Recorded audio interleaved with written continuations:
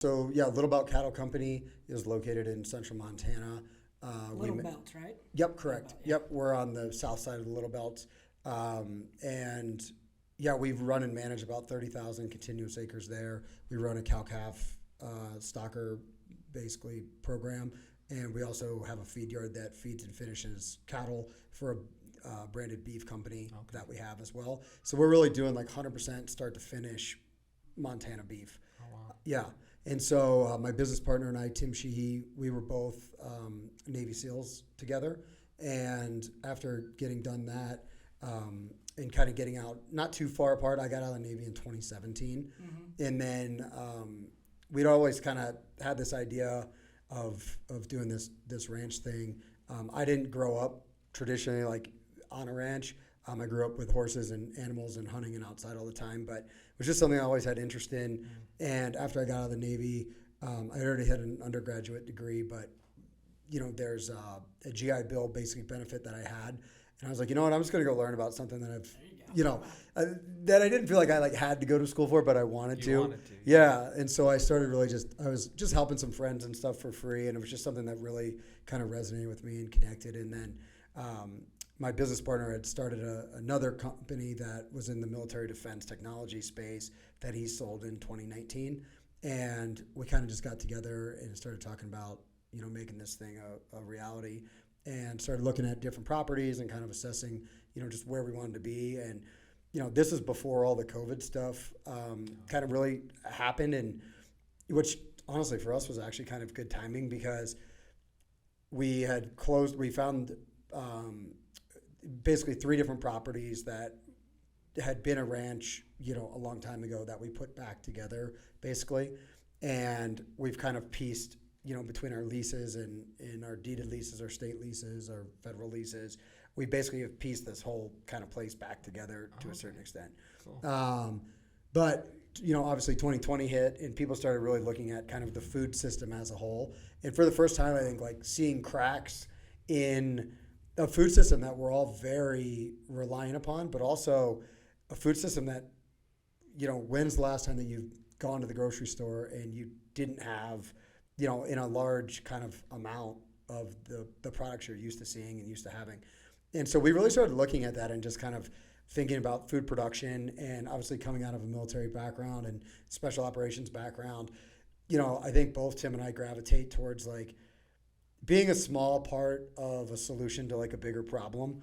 And we started really looking at this just food system. And I truly believe that food security is national security. And one of the things that makes America so great is the fact that we're able to produce food here, domestically, that really can service that full industry.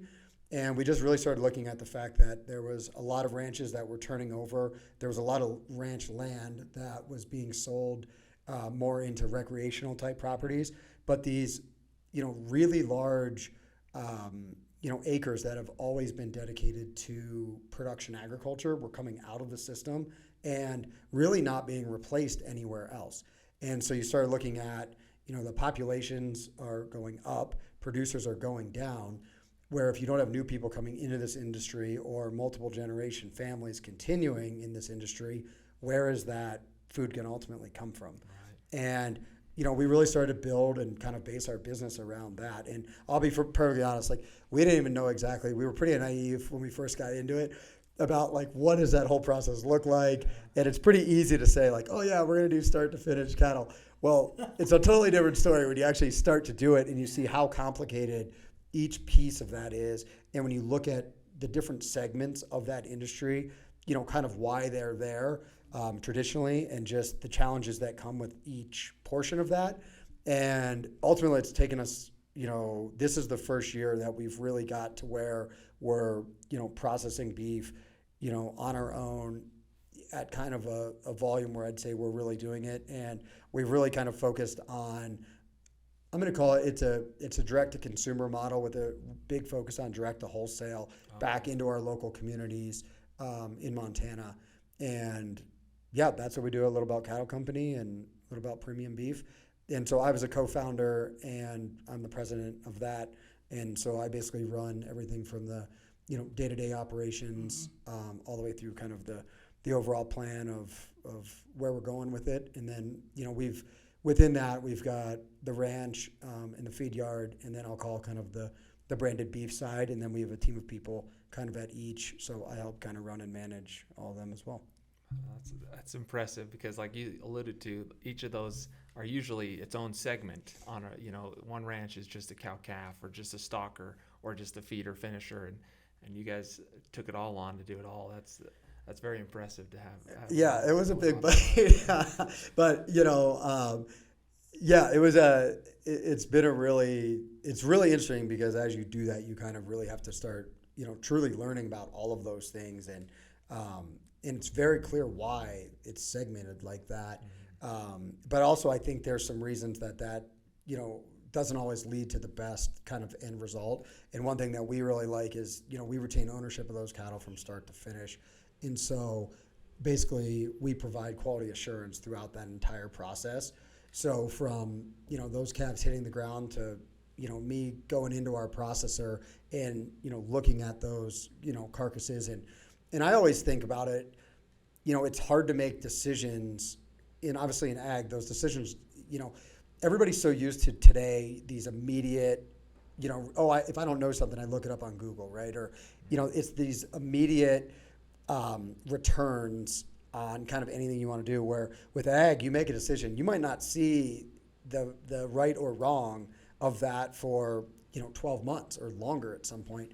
And it's really rewarding though, like, when we look at our genetics programs, and then if we're kind of, gearing those towards performance, rail performance of those cattle, as well as, livestock performance, you really get to start seeing all of that stuff. And I really think it actually helps you see the result of those decisions and those dollars that you've spent when you can kind of see it all the way through. Yeah. My question is, what made you, when everyone looked like everyone was jumping out of the ranching, selling off, what made you guys thinking, well, we're going to go into it? That's a good idea for us. Sure. Why did Well, you do that? that's a good question. Not to call you out, but No, that's interesting. It's a great question. I've told people this story before. Like when I wanted to be a Navy SEAL, and that's a hard thing to start telling people, because a lot of people know what the failure rates are. I would say we probably had more people tell us not to do this than people that were like, you'll never make it being a Navy SEAL, wow. Right? And it was kind of funny because, most of the people though that actually like, kind of tell you like, oh, you won't make it or you shouldn't do it, actually have never done it themselves, and aren't people that, they're usually people that don't actually have the courage to try to do it themselves, and they don't really want to see anybody else. Succeed, because I remember when my brother had a friend who was an actual Navy SEAL, and I remember I was all nervous, and I called him up and I was like, hey, introduce myself. And, I think I want to be a Navy. And he was like, oh, you can totally do it. It's going to be hard, but if you're committed to it, really? You can make it. I made it. I'm a normal guy. Like, you can do it too. And what you find, like, in that community is that is what it is. It's normal people who really want to do that job. And when we started looking at this ranching thing and all these people were exiting it, we really just started looking at it as just the larger problem set, I think. And like I said, both Tim Sheehy and I, who started the ranch together and run the ranch together, I think we look at these larger problems, whether it's a national security problem or a food security problem, and think, there's a saying I really like, if not me, then who? And so if you don't have the courage to kind of step up and do these hard things, well, who else is going to do it? And that's a quote from a military foundation called the Travis Manion Foundation. And that's kind of their saying. But it's a great saying to think about in like a lot of decisions that we look at in our lives, where if we all think somebody else is going to kind of carry the weight and pick it up, well, then nothing ever is going to get done. And so we just really started to look at this thing and truly, seeing it, I'm not even going to call it a problem, but as a issue into the future, where as these acres come out of the system, like I said, and whether that's recreational buyers, whether that's buyers that think that they're going to turn these places into parks and things, which is all great, but where do those acres get replaced? And so as we kind of saw, and I guess that we saw an opportunity, to be honest, and an opportunity for not only to come in to the industry, which it's a challenging industry to come into for a number of reasons. There's a lot of barrier of entries from an experienced, skills-based direction. It's extremely capital intensive. There's a lot to it, and there's a lot riding on it. I mean, you have live things that, if mismanaged, they'll die on you. Right. And, so there's a lot of pressure in a good way. But I'd say, we just saw an industry that, was changing. And I truly believe that an industry that kind of needed some way for new people to be able to come into. And, I just think as we looked at it more, and I wouldn't even say that was our goal when we first got started. Really, we wanted to start a ranch, and we thought it'd be cool to produce beef. And again, like I said, we were super naive to what that was actually going to look like. But I think the more we actually started looking at it and truly looking at it as a business, the more we actually saw opportunity and to do a couple good things. I think it was opportunity to really keep production agriculture acres in production agriculture, provide high quality, nutrient dense food back into our communities, and really manage land in a way that has positive, impact to the environment. And, sorry for the long answer on it, but as we've gone down the road here, I think, agriculture is, basically getting hit from a number of sides where you look at, these different, these fake meat products that have huge marketing budgets behind them that have convinced people that somehow these are healthier, foods and use of land. When you look at, the monocropping in the water, and also to make one of the most highly processed foods you can find, it's not good for you. It's not good for the environment, but they've, have a very slick marketing program that's convinced people it is. And, I just think from the things that I enjoy, and whether it's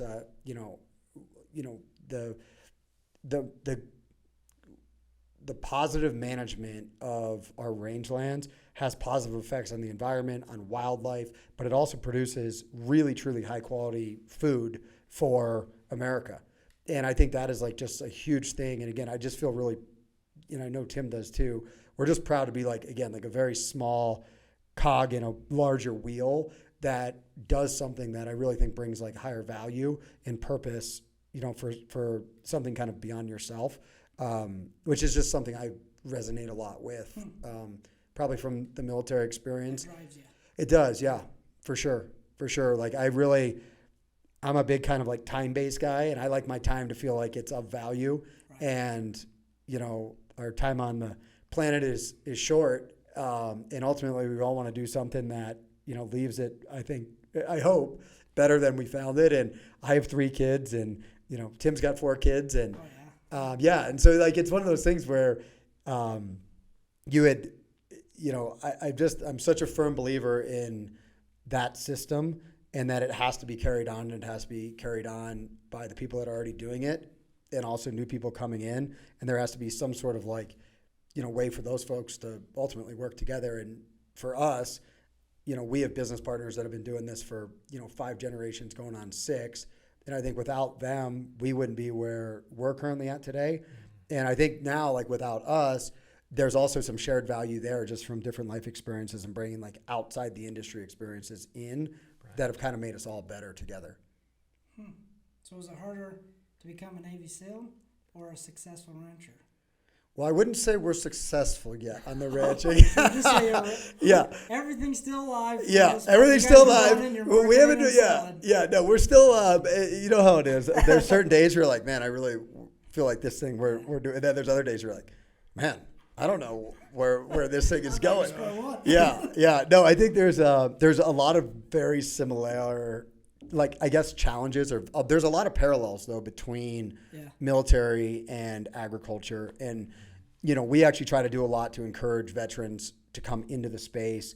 And so we started an internship program, and we worked with a nonprofit to almost build a blueprint for guys getting out, and gals that are interested in ag. What's the nonprofit called? It's called Bear Hug Cattle Company. Okay. And they do a program where they basically take veterans and they go through a number of different ranches throughout the West and kind of get them I just say like a base level of experience to where they could come in, get a job at like a very, very base, but they've at least They've got seen that background now.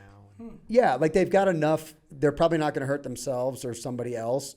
They're very green, but they at least have like seen it, once, and they do the summer doing that. And then the goal is to try to, if they want to go on a school route, there's some universities that are attached to that, or if they want to get a job, then they could go and, basically, come in kind of a greenhorn type role. But there's just a lot of parallels there where, probably a few of them are like, ag is not a time-based job. You don't punch in at 9 and at 5, everybody goes home. It's a task-based job.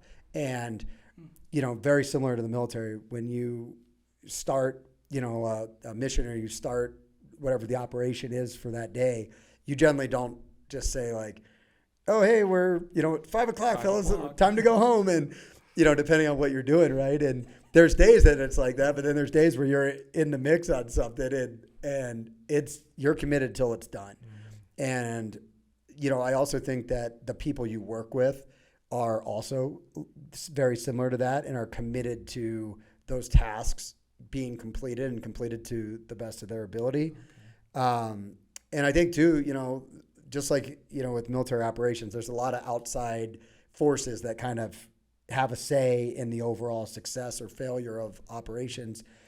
So just like ag, weather plays a big issue. And, we used to say that the enemy gets a say. And I don't look at the cattle as an enemy at all. There are partners in this whole thing, right? But the cattle get a say. For sure. And you could go out there and you could have the best laid plan and you could tell everybody, you need to do this and we're going through that gate and we're coming here.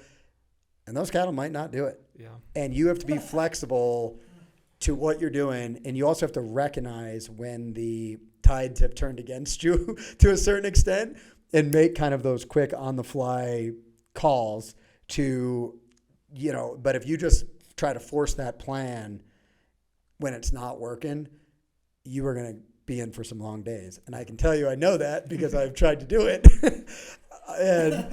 and then you start to learn how to, as like anything, you get more experience and you start to kind of recognize those,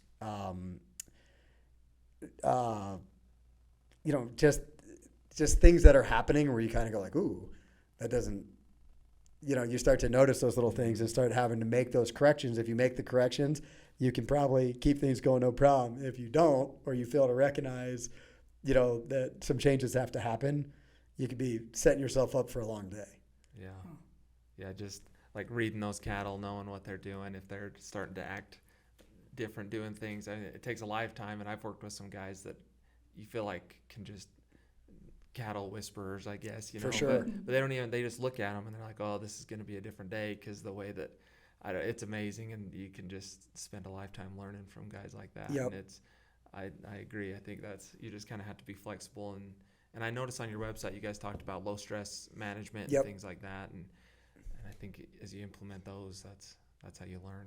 It totally, like you said, you watch those guys and it feels like they're doing something, but then you start to realize, that their ability to observe those cattle and really work with those cattle is something where it's so impressive. And we always try to do that. And again, one thing I love about the, ag side stuff and ranching that's pretty similar to the military as well is it's one of those things where, there's days where you really feel like you're like, I'm pretty good at this.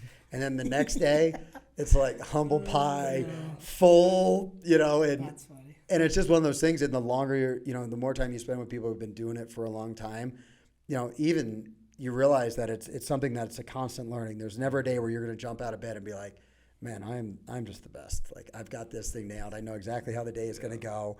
And it keeps you always learning. It keeps you like actively engaged with what you're doing, which for me, like I love that part of it because you're never going to get bored with it. Because there's always something you could do better. There's always a way your team could do something a little bit better. There's always a way you could be like a little less stressful on those cattle.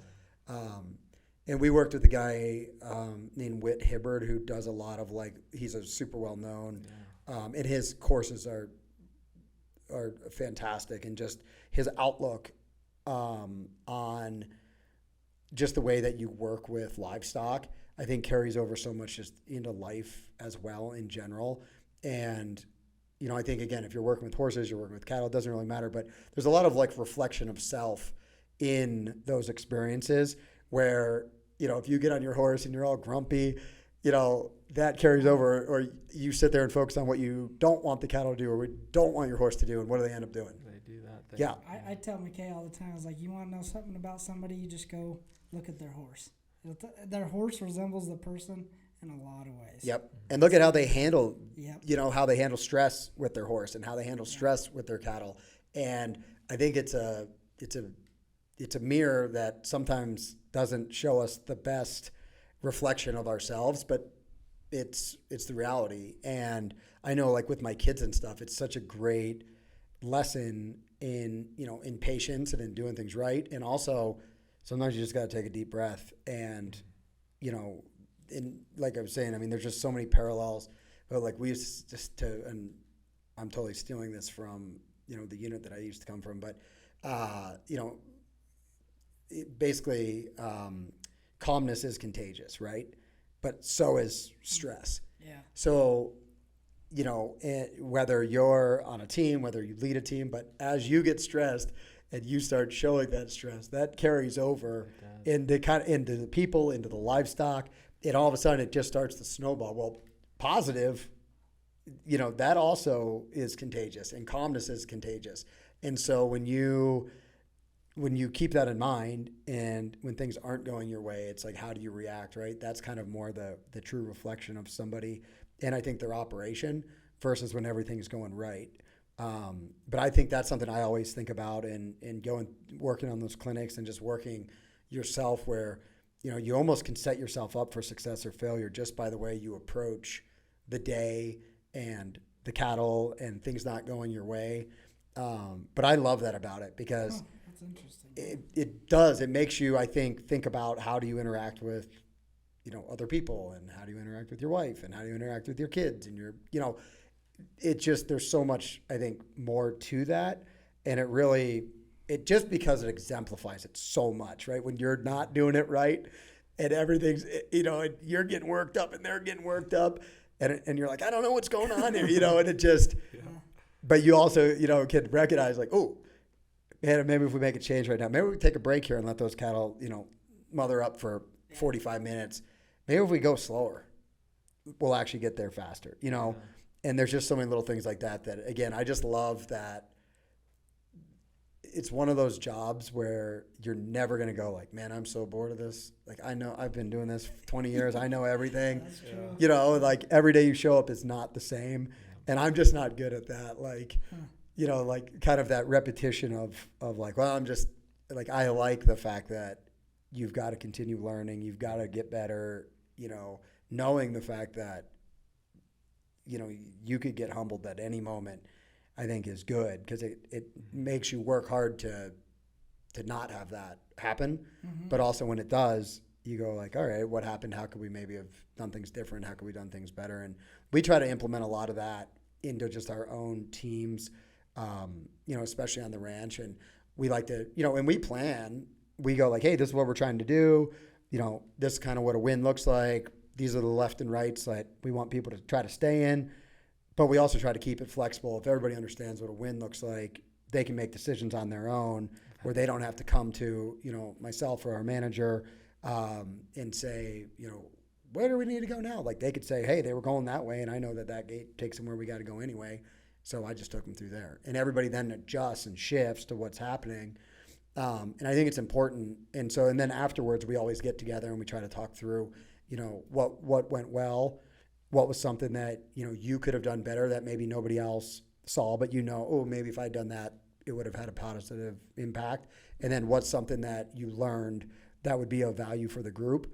And the goal there isn't to sit there and be like, oh, you did this and you're terrible. The goal is sometimes we do stuff that we know or we see, and if you put it out to everybody, it's a lesson then that gets kind of passed on to where somebody they don't have to learn it the hard way themselves, right? Mm-hmm. And we can all learn from each other's like wins and losses in a value. And that's very much like a, military operation post, we would call it like a debrief where you come in and you talk about all those things. And, some of those could be just little things that you did wrong that nobody else saw, but it's important of value to the group because it makes everybody think through kind of what they're doing. And when you share those things, and when you're on a team that you're comfortable with being able to say like, man, I totally screwed that up, and nobody's going to jump all over you, Right. but they're going to actually take those experiences and try to make, the team better, is something we really focus on. And we focus on that with the people we hire.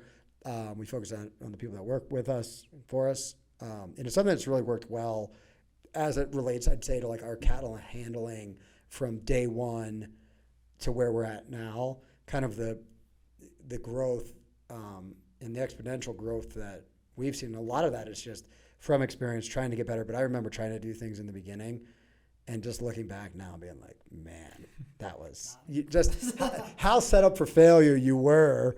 Yeah. It's like you and an untrained dog trying to get, 400 cows through a gate. And you're like, well, we'll force them through there. And you're like, good luck, but it's just those little things that you learn and I think are really interesting and just, and people have obviously been doing this a lot longer are probably like, yeah, no, but if you're new to it, you're like picking that stuff up along the way. And, but I think everybody has those moments or it can look back and go, man, when I was a kid, we used to try to do this and we started doing that.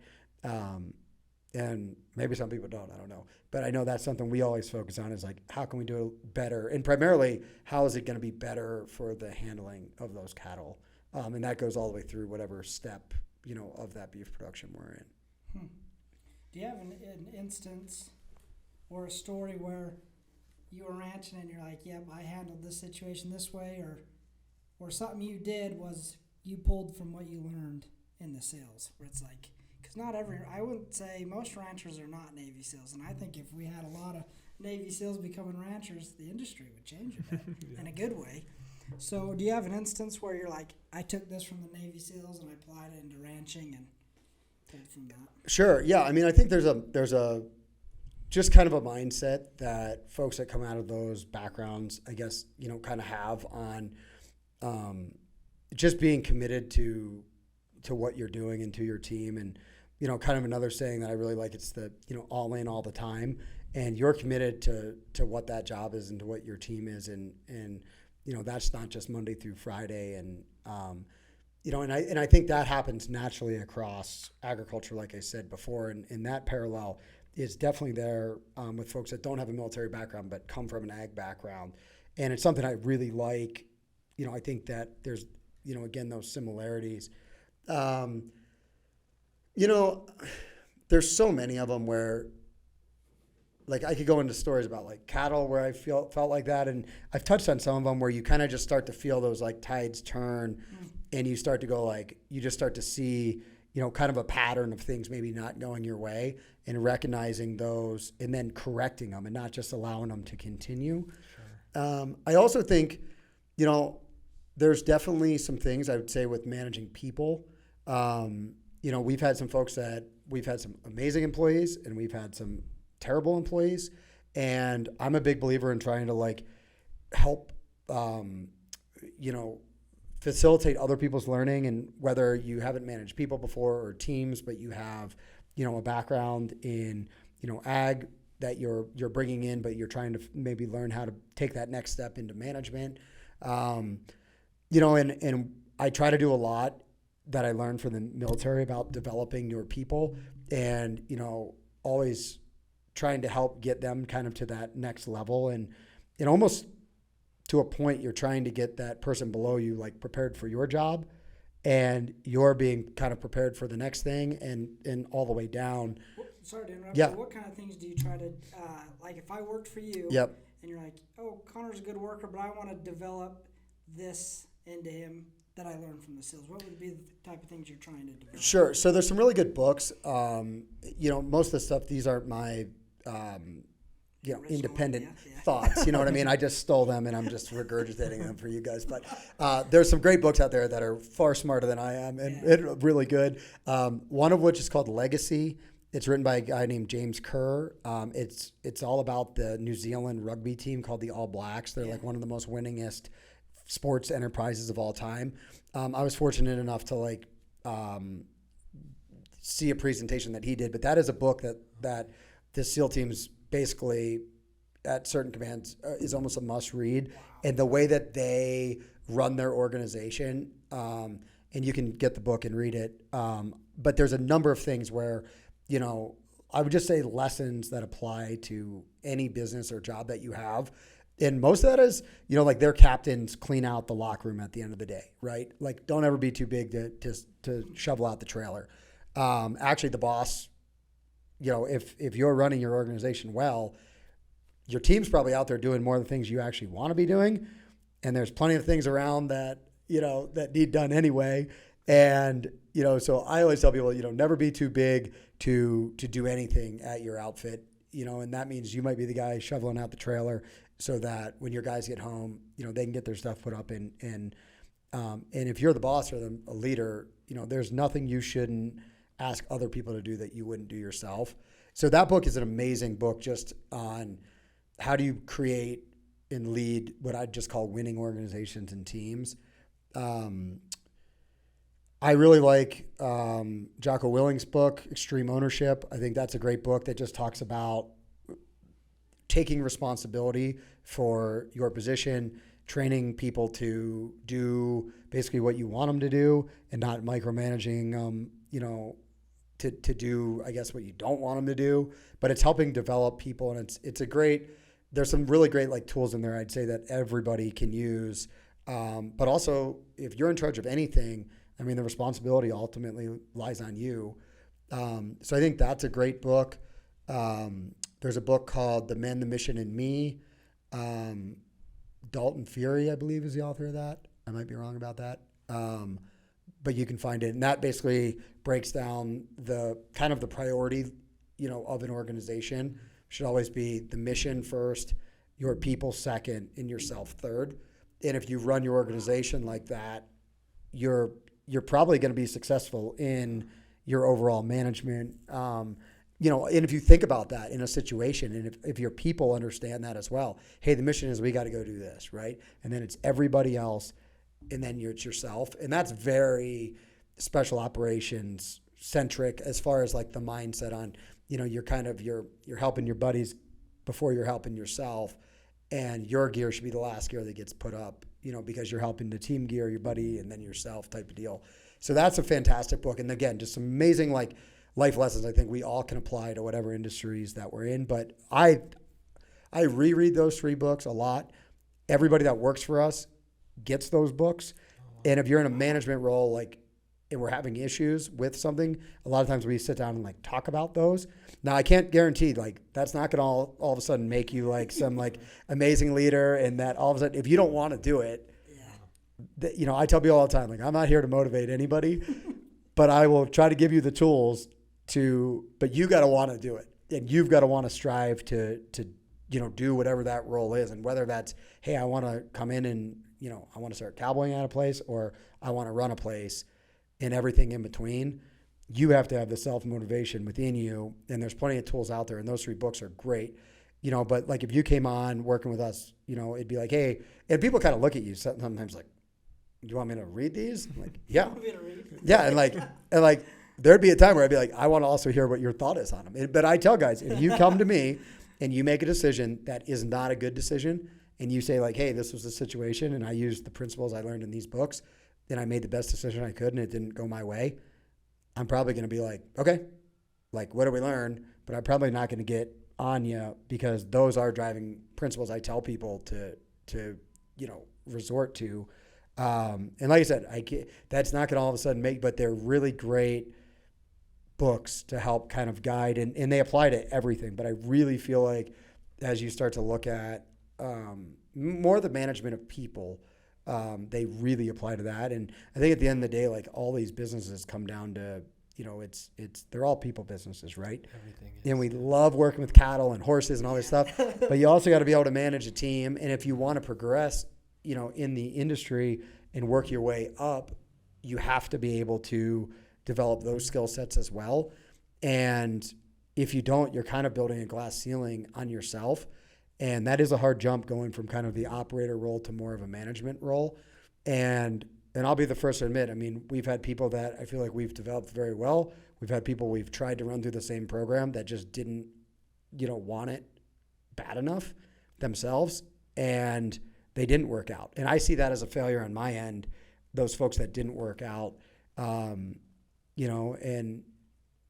in certain ways, because you go like, oh, well, did we do enough? But at some point you gotta do it on your own. And, I think back to the SEAL teams, I mean, if somebody kind of shows you how to do it, right, and then watches you do it, you should probably be able to go out and do it. And at some point, you can't rely on everybody else to do your job. You've got to go out there. And, if you have a boss or a manager or an owner, especially in ag, that says like, hey, this is the way that, we do business, and you're incapable of going out and doing that business on your own, you probably don't deserve to be in that position. You probably won't be in that position very long.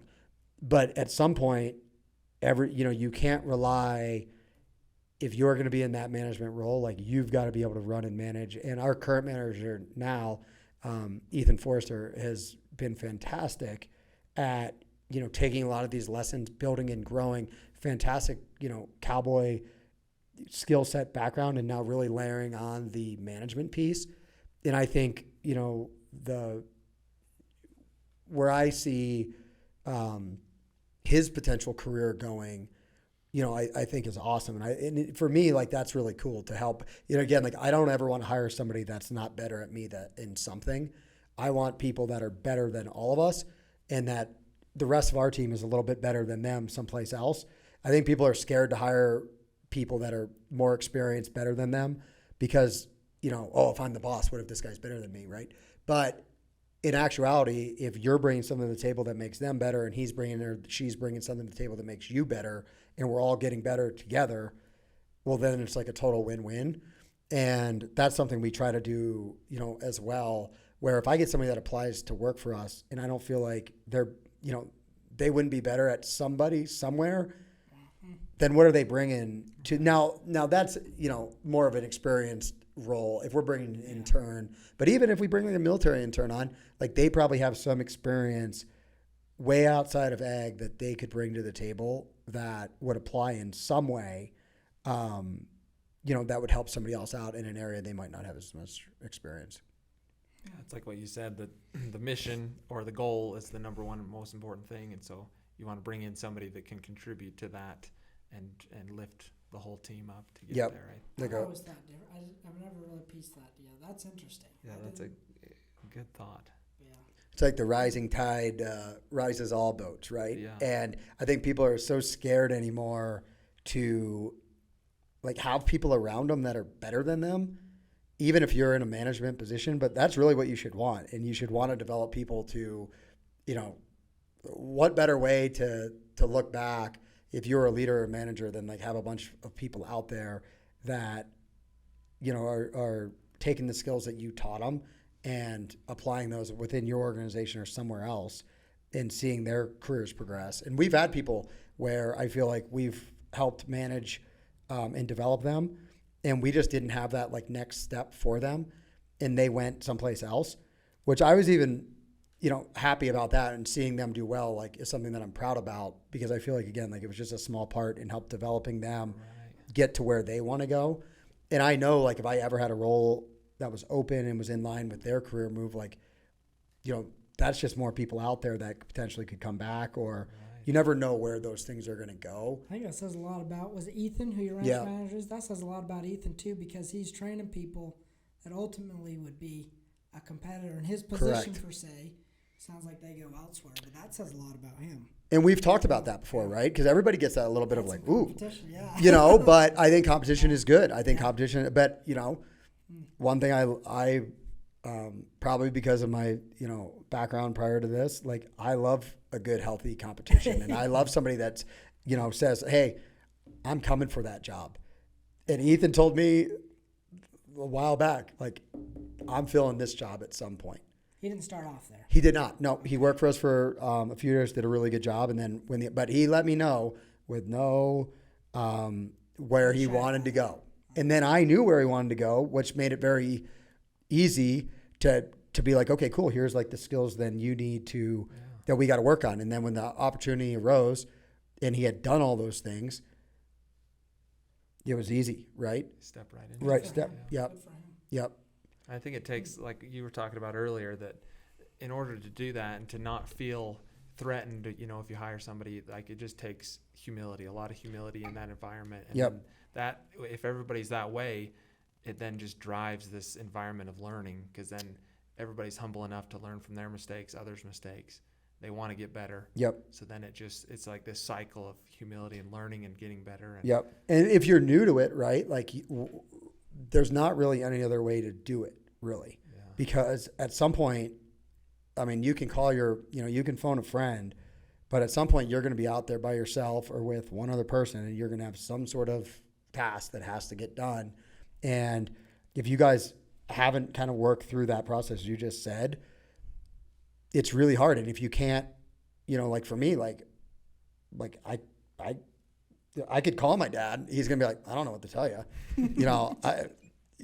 right. But like, and that there's, like you said, there's friends you can call, but like, if they're not there, sometimes it's hard for that. They're like, I don't know, like I'm not there. You're going to have to figure it out. And we've almost had to create like a, kind of this environment of learning, just because, I mean, just a few years ago, I mean, we were brand new on that place and figuring it out. Right. And so like, my thought has always been like, if we didn't create an environment where we're all, learning together and getting better. And part of that is making mistakes. Right. It's not making the same mistake over and over again, but you got to realize that like, if you're new and you're starting out on anything, that probably is where, like, like your teachers and people talk about like, oh, like I learned by reading, like I learned by listening. Well, I learned by screwing up. And like, no lesson sticks harder than when you've like royally screwed up. And like when you're driving home and you're like, man, that was not good. Right. But that's the thing that you probably won't do it again. Yeah, that'll stick with you. It'll stick with you hard. Right. But if you don't have the opportunity to, kind of make those mistakes and figure that stuff out. But that's something, and again, I love having people that are like, ooh, I wouldn't do that. And you're like, how come? And then they tell you from some story, maybe they did it or their buddy or something. And you go like, oh, good point. Yeah. And that's going to stick a lot more than if you just say, well, I'll just do it myself or something. Did you ever have a spot where you thought, I'm going to quit this ranch and stuff? It's not for me. Did you ever have an instant where this is too hard? No. Nothing. No, I love it. It was the first thing when I got out of the Navy that like, I'd say I felt like kind of in my life, like the right puzzle piece fit back into the right spot. Okay. And that didn't happen immediately. That was kind of a process. And I think a lot of people getting out of, I don't care if it's the military or just a big life change or a job change or a career change or something. Professional sports too. Correct. Transition, I think, can be hard. 100%. Because you come out of this like thing that you've probably spent like a lot of time and effort just to get into, and then you've done it.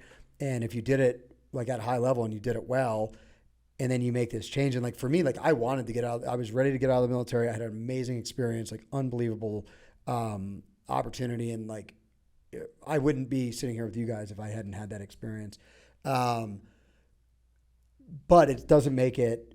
It's hard. It's hard to find that next right thing, especially again where you have like kind of like a lot of, I would just say like this purpose and kind of this broader mission, and you're working with people you like and you're doing challenging things.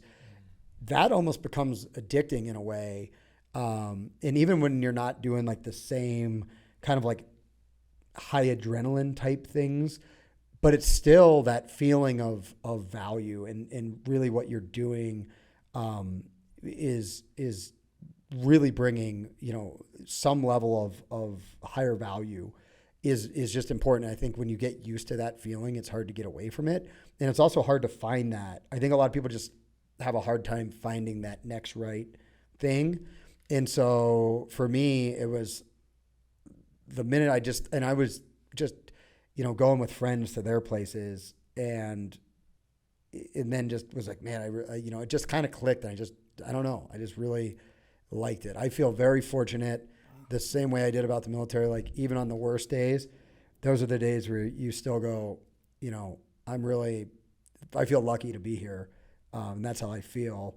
And everybody, whether everybody wants to be a cowboy when it's 70 and sunny or everybody wants to be in special operations when it's 70 and sunny, The real people who do those jobs, they do it no matter what. Yeah. And you can't do it because you think it's cool to tell somebody or, a gal at the bar that this is what you do, or, you want to, wear a big hat, or you want to, you have to do it because you truly want to do it. And if it's something that you're dedicated to, that you actually want, to do, then those hard times are just part of the deal, and almost something that, makes you appreciate the days when it is nice. But no, there hasn't been any times yet. And people ask me that about the Navy stuff too. And, again, I had that same level. Like, I wanted to do that job. I wanted to bring that value. And so with that kind of like end goal mindset, I guess, it makes what you're doing on a day-to-day basis just kind of what you're doing. Isn't it uncommon to go, I guess they say civilian, straight to the SEALs? Mm-hmm. Don't they usually take from other branches? No. So there's some programs that do, but traditionally you basically, you go through the same process that any Navy sailor does, join the military, join the Navy, go to Navy boot camp. The time that I went in, they actually had a contract where, like, as a civilian, you could have a contract to attend training, and then it was on you to make it or not. But if you didn't make it, you were still in the Navy, just not in that community. That's common for people just to go straight. Correct. Okay. Yep. So they'll pull out of the Navy, but they won't necessarily pull out of other military units. Gotcha. Yep. I should stop listening to SEAL Team 6, the show, then. That's false. That's yeah. But there's guys, like, I had buddies who were like Marines, right? But then they got out of the Marine Corps, joined the Navy, and then went through SEAL training. And that was fairly common, but they wouldn't go to like an Army unit and say like, okay, we're going to bring, that may have happened a little bit, but it was not common. Yeah. And it wouldn't be like, oh, this guy's so great, we're going to bring him over. It would usually be that guy being like, hey, I really want to participate in this training. Like applying for a job. Correct. Yep. And I don't know if they still have the same program. I assume they do. But at the time where I got in was the mid 2000s. So Iraq was going on, Afghanistan was going on. Is that And where your tours were? I didn't do, so I We went, set up differently. yeah, so, well, I went to different regions basically. So, for instance, like AFRICOM would be Africa. All the different regions basically in the world are kind of put into different areas. And depending on like what teams, for me in the Navy, like what team you're at is focused on different places and different mission sets. And so basically I went to a number of those different places, but not specifically those exact countries, if that makes sense. Is it called tours? Yeah. Even in the Deployments. Yeah. How many times did you deploy? I did 4 deployments during the 10 years that I was in. And for a SEAL, that's a That was like pretty standard, I'd say. There's guys that did a lot more, especially in, friends of mine that have been in for, going on now almost 20 years and are at a number of different units. Like they've done, at the time, the deployment rates, just because of what was going on in the world, were really quick. And I think something that a lot of people don't realize is just because you're not deployed doesn't mean you're home. And so we would spend, on a regular year, you probably would have 9 months of just training throughout the country before you would go do, a 6-ish month deployment, depending on where you were going. And, and it's one of those things where you don't just necessarily get to pick the team you go to, and you don't get to pick the deployments you go on. You're signed up for whatever, you kind of, your team and where you're going. And not every team, but there's different teams that focus on doing different types of missions. And so one of the teams that I was at for the majority of my career had a very specific focus. And again, we can go way deep into this stuff, but you basically have 2 types of deployments. You'd have what we would call deploy for presence, which would be here's all the things that SEALs can do, and you're in Afghanistan and you're working for a commander for a particular area, and they have one of those needs come up. Which one were you? Which, skill set wise? So I went to sniper school. I went to comm school. Wow. I did a whole bunch of undersea stuff and diving. My career was more like focused in like a reconnaissance type area, I would say. And then you have what's called like deployed for purpose, which would be like this is a very specific job. You're going to go do that job. Like you'll be comms on this route? No, it would be like this The is the whole team. yeah, this is the target, nice. this is the job, and that's the one thing you're doing when you go to do that deployment. And so those are just structured a little bit different, and that would also depend on like where you're going. But back to like the overall like training on that, everybody basically goes through the same pipelines of training and then goes to their different teams. But I have friends who, now, their rate of deployment in like the countries that they're deploying to, I would say is, the paces that they've continued, like would extremely outpace mine. Obviously at this point from being out, but it just kind of depends also like where you were and kind of what you were doing. But, I felt like that was a really good career that I had, and the opportunities and the places I went, were really pretty interesting overall. And then, like you said, the training for it and everything. So you were away from home a lot in Yep. those 10 years. And I think we were talking about earlier, and like what you said, that like even on the hardest days, like you didn't ever regret being in there. And I think that's like because you found the purpose of why you were doing it. Yep. And that's what you could hold on to when you were in those hard days. Yeah, it's easy not to quit when you have a bunch of people, that you feel like are rooting for you, Yeah. and it's kind of bigger than yourself again. But even in that, like, where you hear like SEAL training and whatnot, the success rates are pretty low, but they're high amongst like certain people, right? Like they're just so like it just depends on. Answers are high. Yeah, no, but I mean, again, like if you're kind of like if you're like. Like could McKay succeed in the SEALs? Anybody can. Yeah. It's a 50-50 chance. It's up to you. You either are going to do it or you're not. But you watch people quit basically and ultimately give up on their dream. It's a pretty powerful thing to watch somebody that has the same dream as you quit and give up, that has the same capabilities and maybe even higher capabilities. Is there something you noticed in all those people that quit in the SEALs? Like No. a recurring thing? No, it's more the people who didn't. I'd say the people who didn't, I mean, I don't know. I didn't spend a lot of time with the quitters. But the people who didn't quit, I will say there was a lot of commonality there in that, like, they were just very good at, I would just say, not getting, like, too overwhelmed by what they just did, not worrying about what was coming next, and just focusing on kind of the task at hand. And they were people that could overcome obstacles, and they were people that when it got hard, they didn't just sit there and cry about it or say poor me. They figured out a solution. And that's something that also, like, the more you're around those types of people, I mean, I feel so fortunate to spend the time that I did around those types of people in that community, because it changes your like mindset and your wiring on the way you look at things. And I'll be the first to admit sometimes like I have a hard time with people that get real complainy and, oh, poor me, it's cold, it's this, it's that, and it's like, because I'm not used to being around people like that. And the good thing is in the ranching community, there's not a lot of people that sit around and complain the whole time. They're usually, well, we can complain about it or we can get it done.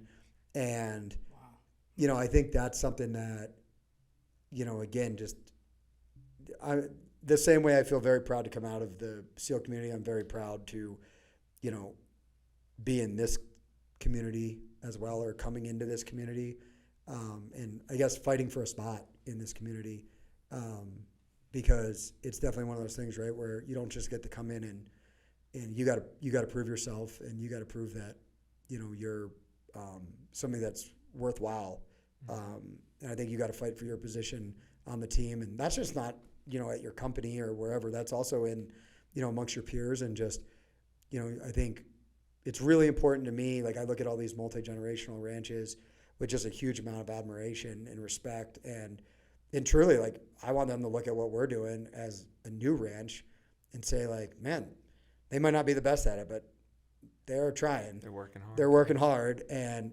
they're trying to get better, and they're trying to learn, and that's something it's one of those things you can't let it be your driving factor of kind of what other people think, but I think it's important to, if you're coming into any community, is wanting to, you know, I don't know if you don't want to be recognized, but you want to be seen as a valuable part. You want people to look at what you're doing as value added as a whole. And I would hope, I'm sure there's people who